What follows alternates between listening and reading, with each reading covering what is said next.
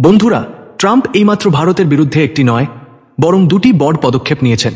কিন্তু ভয় পাবেন না, আতঙ্কিত হওয়ার কোনো কারণ নেই। বরং আমাদের এই নিয়ে গর্ব করা উচিত। নিজের দেশ ভারতের উপর গর্ববোধ করা উচিত। আমি কেন এমন বলছি, এই সব প্রশ্নের উত্তর জানতে আজই এই ভিডিওটি দেখুন। বন্ধুরা, প্রথমেই কথা বলি ট্রাম্পের সেই ঘোষণার বিষয়ে, যেখানে তিনি 1 আগস্ট থেকে ভারতের উপর 25% ট্যারিফ লাগানোর কথা বলেছেন। এর অর্থ হল, যদি কোনো ভারতীয় পণ্য আমেরিকায় 100 টাকায় বিক্রি হতো, তাহলে এখন সেটি সরাসরি 125 টাকার হয়ে যাবে। এতে ভারতীয় রপ্তানিকারকদের ক্ষতি হতে পারে, তবে চিন্তা করার দরকার নেই। ভারতের কাছে এর সমাধান আছে, যা নিয়ে আমরা পরে কথা বলবো। ট্রাম্প এই অভিযোগও করেছেন যে ভারত মার্কিন পণ্যের উপর অত্যধিক কর আরোপ করে, যার ফলে আমেরিকান সংস্থাগুলোর ভারতে কাজ করতে অসুবিধা হয় এবং তাদের আরব ডলারের ক্ষতি হচ্ছে। তিনি আরও বলেছেন যে গত 20 থেকে 25 বছর ধরে ভারতের সাথে সম্পর্ক ভালো থাকা সত্ত্বেও ভারত আমেরিকান সংস্থাগুলোকে তার বাজারে সম্পূর্ণ প্রবেশাধিকার দেয় না। তাই শুল্কের পাশাপাশি অতিরিক্ত জরিমানাও আরোপ করা হতে পারে। এখন প্রশ্ন ওঠে যে এমন পরিস্থিতিতে আমাদের কেন গর্ব করা উচিত। আসলে গত কয়েক মাস ধরে, ফেব্রুয়ারি থেকেই ভারত ও আমেরিকার মধ্যে বাণিজ্য আলোচনা চলছিল। এই সময় চীন, ইউরোপ এবং আফ্রিকার অনেক দেশ ট্রাম্পের শর্তে তাদের সাথে বাণিজ্য চুক্তি করেছে, কিন্তু ভারত তা করেনি। আমরা স্পষ্ট জানিয়ে দিয়েছিলাম যে চুক্তি তখনই হবে যখন ভারতের শর্ত মানা হবে।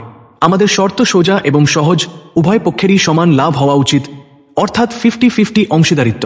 ট্রাম্প চান যে ভারত মার্কিন পণ্যের উপর কোনো কর না লাগাক, যখন আমেরিকা ভারতীয় পণ্যের উপর 5 থেকে 10% শুল্ক বজায় রাখুক। এই বিষয়টি আমাদের কাছে একেবারেই গ্রহণযোগ্য নয়। একটি বড় বিতর্ক ডেইরি পণ্য নিয়ে। আমেরিকায় গরুকে আমিষযুক্ত খাবার খাওয়ানো হয়, যার ফলে তারা বেশি দুধ দেয়। ভারত স্পষ্ট করে দিয়েছে যে ধর্মীয় এবং নৈতিক কারণে এমন পণ্য দেশে গ্রহণযোগ্য হবে না।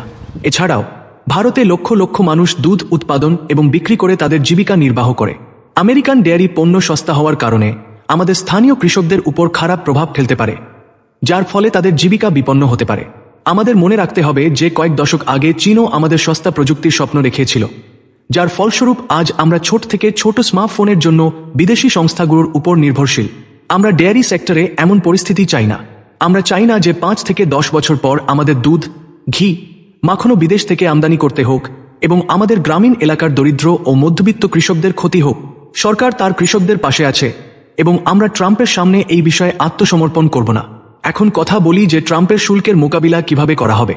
সরকার এই বিষয়ে গুরুত্ব সহকারে বিবেচনা করছে। একটি উপায় হল ভারতীয় সংস্থাগুলোকে ভর্তুকি দেওয়া। মনে করুন, যদি ট্রাম্প ভারতীয় জুতার উপর 25% ট্যাক্স লাগান, তাহলে সরকার সেই সংস্থাকে 25% ভর্তুকি দিতে পারে অথবা ট্যাক্সে ততটা ছাড় দিতে পারে। এর ফলে ভারতীয় পণ্য আমেরিকান বাজারে প্রতিযোগিতামূলক থাকবে। চীনও একই কৌশল অবলম্বন করেছিল। এর ফলে আমাদের সংস্থাগুলো আমেরিকান বাজারে টিকে থাকবে এবং ট্রাম্পের সাথে আমাদের শর্তে চুক্তি হওয়া পর্যন্ত তাদের ক্ষতি হবে না। ভারত সরকারের কাছে প্রায় $700 বিলিয়ন বিশাল বৈদেশিক মুদ্রা রিজার্ভ আছে, যার সাহায্যে আমরা বছরের পর বছর ধরে আমাদের সংস্থাগুলোকে সহজেই রক্ষা করতে পারি। এটি একটি সামান্য খরচ হবে, কিন্তু এর দীর্ঘমেয়াদী সুবিধা অনেক বড় হবে। এই সব কিছুই প্রমাণ করে যে ভারত এখন আর কারো চাপে আসবে না। আমরা আমাদের আত্মসম্মান এবং আত্মনির্ভরশীলতাকে অগ্রাধিকার দিচ্ছি। এই বাণিজ্য যুদ্ধ শুধু শুল্কের নয়, বরং আমাদের নীতি, আমাদের মূল্যবোধ এবং আমাদের কৃষকদের জীবিকার প্রশ্ন। ভারত সরকার দৃঢ়ভাবে দাঁড়িয়ে আছে এবং আমার পূর্ণ বিশ্বাস আছে যে আমরা এই চ্যালেঞ্জ সফলভাবে মোকাবিলা করব।